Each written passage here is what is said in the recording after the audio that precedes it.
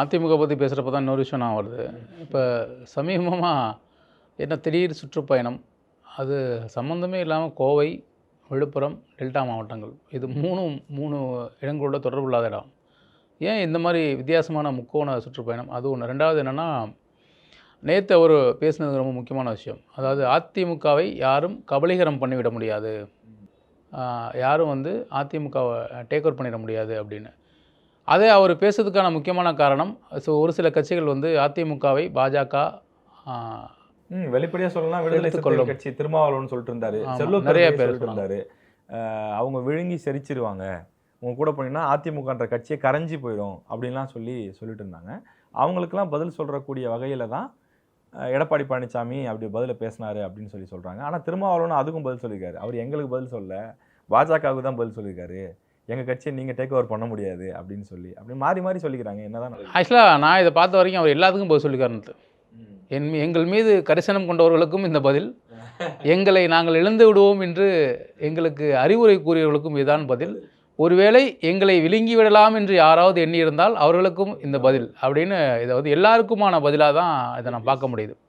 இவர் தான் சொன்னாரா, திருமாவளவன் தான் சொன்னாரா, செல்வ பிறந்தகை சொன்னாரா அப்படிங்கிறத விட அவர் எல்லாருக்கும், பாஜக உட்பட எல்லோருக்கும் அந்த பதிலை அவர் சொன்னார். ஏன்னா அந்த கட்சியோட பொதுச்செயலர் அவர். நீங்கள் சாதாரணமாக நீங்கள் எடப்பாடி பழனிசாமி அவர்களை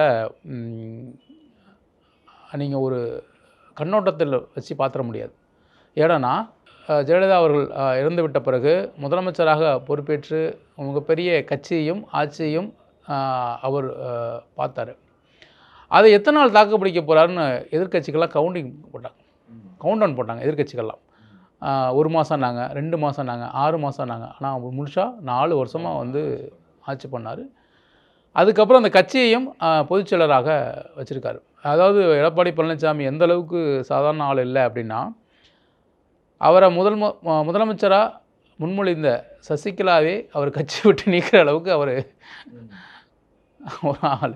அவரை சாதாரணமாலாம் எடை போட்ட முடியாது. யார் சாதாரணமாக எடை போட்ட முடியாதுன்னா, அவரை விமர்சிப்பவர்கள் மட்டும் இல்லை, பாஜகவினரே அவரை சாதாரணமாக நீங்கள் எடை போட்ட முடியாது. எடப்பாடி பழனிசாமி அவர் ரொம்ப ஆளுமை மிக்க ஒரு ஆள். அதனால தான் இந்த அளவுக்கு இந்த கட்சியை கொண்டு போயிருக்காரு. எவ்வளோ பிரிவினைகளுக்கு அப்புறமும் தினகரனால் முயற்சி செஞ்சு முடியாததை, சசிகலா அவர்களால் முயற்சி செஞ்சு முடியாதை, ஓபிஎஸ் அவர்களால் முயற்சி செஞ்சு முடியாததை, இனி பாஜகவோ இல்லை மற்ற அவர் மீது அக்கறை கொண்டிருக்க கட்சிகளோ அந்த அறிவுரையும் இது எல்லாத்தையும் அவர் பார்த்துப்பார். ஏன்னா அவர் தன்னை யாருன்னு ப்ரூவ் பண்ணியிருக்கார். ஆனால் பேசும்போது என்ன சொல்கிறாரு, 50 ஆண்டுகள் கண்ட பொன்விழா கண்ட ஒரு கட்சி இது அப்படின்னு சொல்லி. ஆமாம், அவர் தன்னை கட்சியோட பர்சனாக தான், தலைவராக தான் பேச முடியும். ஏன்னா எடப்பாடி பழனிசாமி கூட தனிப்பட்ட ஆள், அவர் கட்சியுடைய பொதுச்செயலர். என்னவோ அந்த கட்சியோட அவரோட குரலுங்கிறது ஒரு கட்சியின் குரலாக தான் அவர் பேசுகிறாரு. நிச்சயமாக. இப்போ டூர் பற்றி நம்ம பேசிகிட்டு இருந்தோம். டூர் கோயம்புத்தூரில் ஆரம்பிக்கிறாரு. அதை நான் புரிஞ்சுக்கிறேன். கோவையில் இல்லை குங்குமண்டலத்தில் அதிமுக வலுவாக இருக்குது, அதனால் அங்கேருந்து ஸ்டார்ட் பண்ணுறாரு அப்படின்னு நம்ம புரிஞ்சுக்கலாம். சம்மந்தம் மேலே விழுப்புரம் வராரு, விழுப்புரம் அங்கேருந்து கடலூர் போகிறாரு. அது என்ன கதை, என்ன கணக்கு, அது என்ன அடிப்படையில் அந்த டூரு?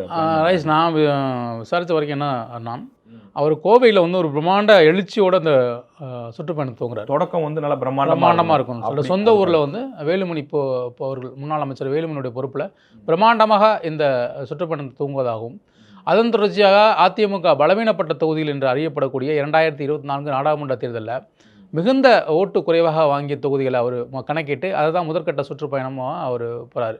இப்போ திமுகவில் முதல் 100 தொகுதிகள்னு சொல்லிட்டு ரெடி பண்ணாங்க இல்லையா, 2024 குறைவான வாக்கு பெற்ற சட்டமன்ற தொகுதியின் அடிப்படையில் நாடாளுமன்ற தொகுதி தேர்தல் நாள் கூட அந்தந்த நாடாளுமன்ற தொகுதியில் சட்டமன்ற எது குறைவாக இருக்குது அப்படின்னு சொல்லிட்டு அதை கால்குலேட் பண்ணி ஃபஸ்ட்டு எடுத்தாங்க. அந்த மாதிரி 2021 2024 ரொம்ப குறைவாக வாக்கு பெற்ற தொகுதி அது, எங்கெல்லாம் திமுக வலுவாக இருக்கிறது என கணக்கிட்டு அதன் அடிப்படையில் தான் தன்னுடைய பிரச்சாரத்தை எடப்பாடி பழனிசாமி அவர்கள் கட்டமைக்கிறார். முதல் முறையாக அவர் இந்த கோவையில் பிரம்மாண்ட ஒரு எழுச்சி பேரணியோட துவங்கிட்டால் அடுத்தடுத்த மாவட்ட செயலர்களுக்கு ஒரு உந்தல் இருக்கும். ஆக கோயம்புத்தூரில் இவ்வளோ பெருசாக காட்டிட்டாங்க, நம்ம நம்ம பொதுச்செயலரை இதோட பெருசாக பண்ணணும், இல்லை இதுக்கு நிகராவது நம்ம பண்ணணும் அப்படிங்கிற ஒரு அவங்களுக்கு தன்னைத்தானியே ஒரு உற்சாகம் இருக்கும். கூடுதலாக அவங்க வேலை பார்ப்பாங்க. அதனால தான் ஒரு கோயம்புத்தூரை துவங்கி அங்கேருந்து கோயம்புத்தூர் முழுசாக இல்லை, 2 தொகுதி தான், அதை முடிச்சுட்டு நேராக விழுப்புரம் வராரு. விழுப்புரத்தில் தன்னோட பிரச்சாரத்தை ஏற்கனவே விழுப்புரம் கொடுத்து அதிமுக நிறைய தொகுதிகளை கைப்பற்றின தொகுதி. ஆமாம், 2011 16 ஆனால் அதுக்கப்புறம் இந்த 2021 பார்த்தீங்கன்னா 2024 பார்த்தீங்கன்னா ரொம்ப சொற்ப ஓட்டு, ரவிக்குமார் பார்த்தீங்கன்னா நாடாளுமன்ற ஓட்டு பெரிய ஓட்டு வித்தியாசத்தில் வெற்றி பெற்றார். எனவே அதை வந்து கூடுதலாக கன்சிடர் பண்ணுற, அதாவது கூடுதலாக கவனம் செலுத்த வேண்டியது பொறுப்பு இருக்குது. ஏன்னா நிறைய விழுப்புரத்தை பொறுத்த வரைக்கும் உள்கட்சி பிரச்சனைங்கிறது நிறைய இருக்கதா கேள்விப்படுறோம்.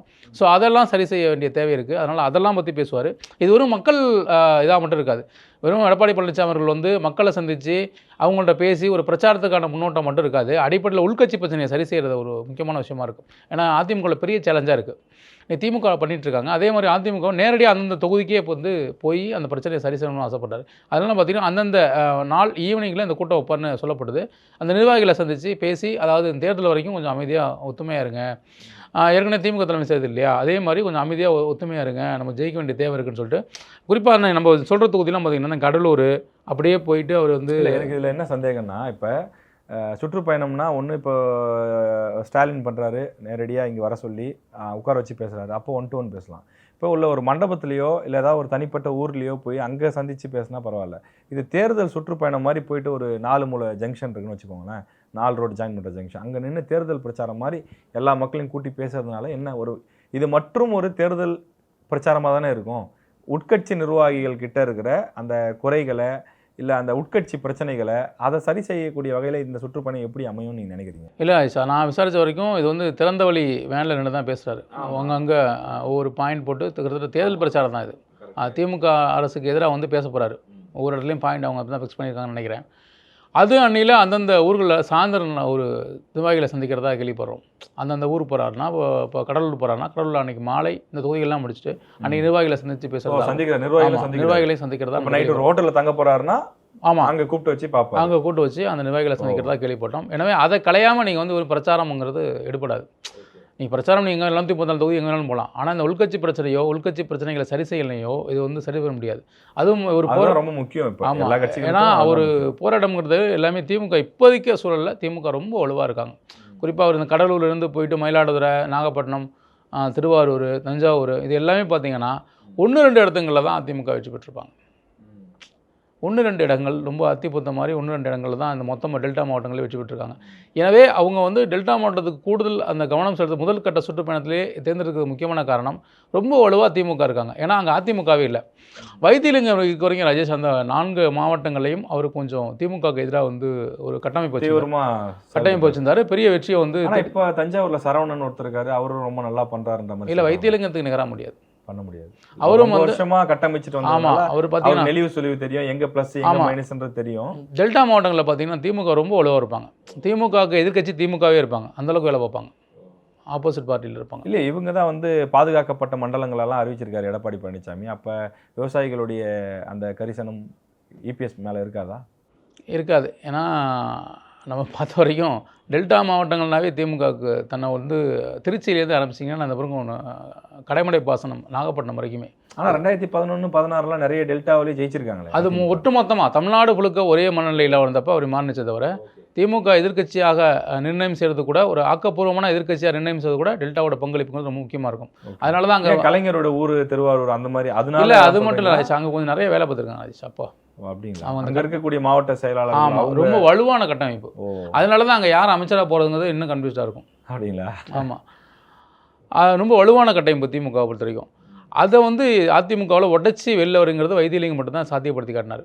அவருக்கு அப்புறம் ரொம்ப பலவீனமாக தான் தொகுதிகள் இருக்கு. இவர் காமராஜர் இருக்கார், நன்னிலம் அந்த அளவுக்கு முடியாது. ஓஎஸ் மணியன் இருக்காரு. இவர்கள் எல்லாமே வைத்திலிங்கத்துக்கு கீழே வேலை பார்த்தவங்க.